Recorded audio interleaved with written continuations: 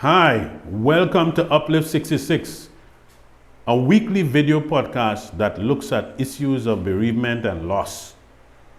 And indeed, I want to say straight off, as your host, I give this disclaimer. I am not a theologian, nor am I a pastoral figure.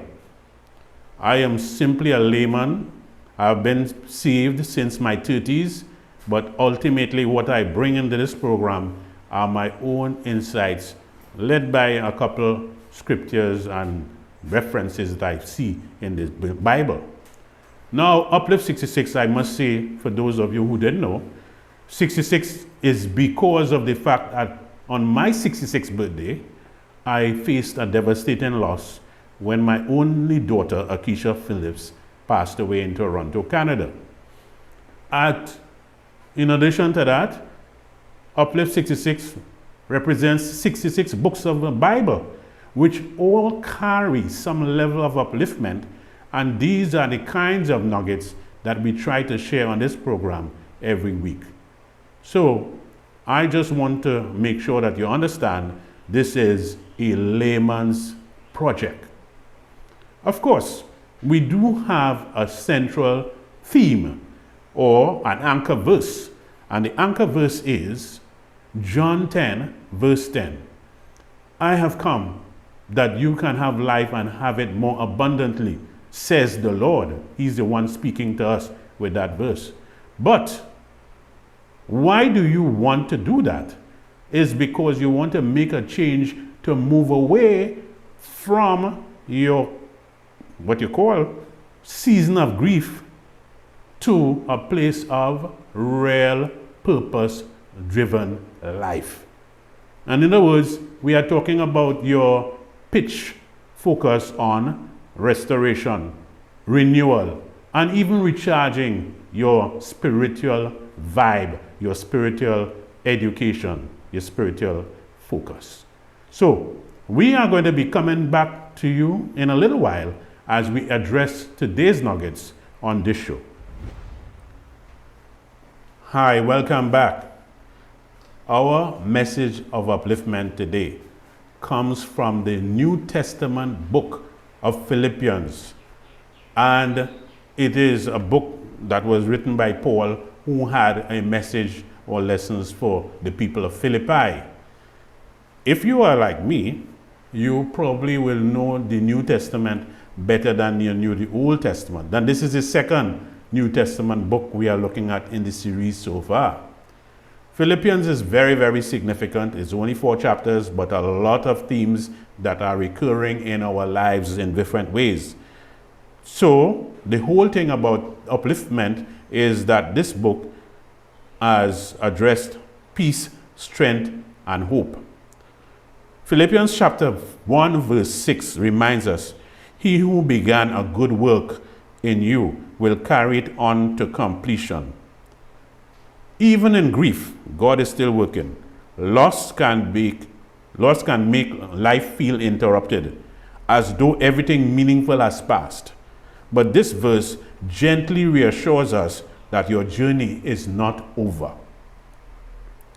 For some of the people looking on today, your life still has purpose. Your story is still being written.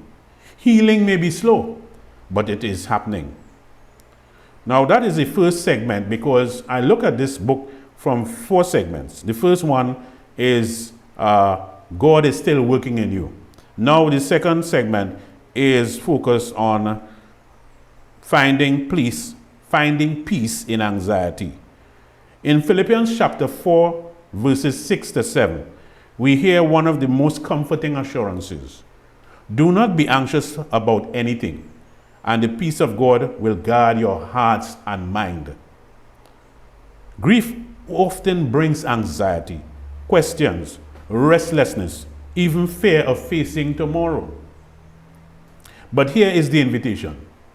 Bring everything to God, not perfectly, just honestly. And in exchange, God offers peace, not always answers, but peace. A peace that protects your heart even when it's hurting is very helpful. Segment 3, in terms of Philippians, strength for each day. Philippians 4, verses 13 to 14, actually tells us, I can do all things through Christ who strengthens me. This is not about doing everything. It is about enduring what life brings.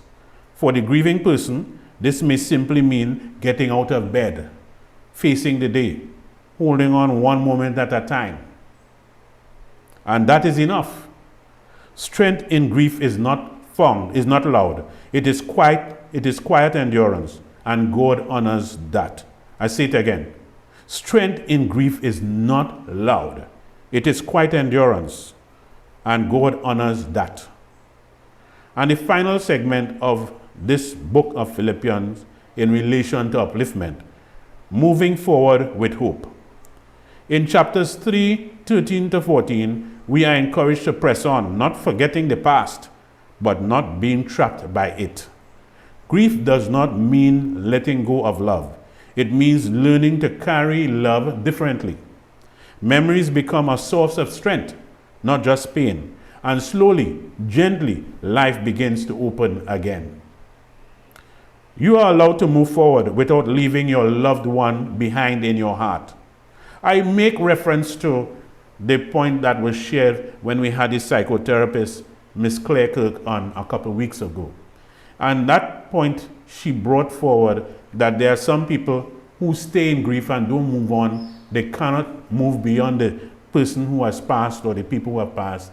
And so they are caught up in a vicarious coping rather than a healthy integration. So this reference is healthy integration is the way to go, because you are going to move forward while you continue to keep memories, good memories of the bereaved or the deceased in your heart. So what is our closing reflection? It is important for me to say this. God is still working in your life. Peace is available even in sorrow. Strength will come for each new day, and you can move forward with hope. Finally, I want to say, may peace guard your heart today, and may strength meet you exactly where you are. This has been Uplift 66. Thank you for viewing.